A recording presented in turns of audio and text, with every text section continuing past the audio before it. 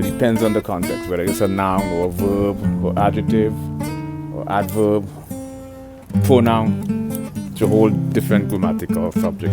So paradoxes is based on contradictory,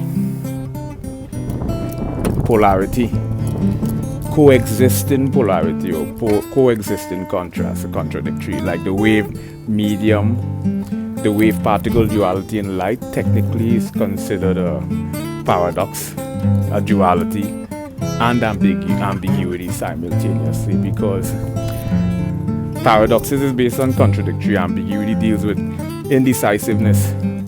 We see that in abstract visual art, where the art may have ambiguous interpretations, multiple interpretations.